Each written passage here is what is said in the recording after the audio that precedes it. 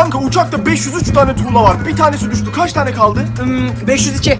Peki bir fili buzdolabına nasıl koyarsın? Kanka fili buzdolabına koyamazsın ki. Buzdolabının kapağını aç. Fili koy ve kapat. Peki bir zürafayı buzdolabına nasıl koyarsın?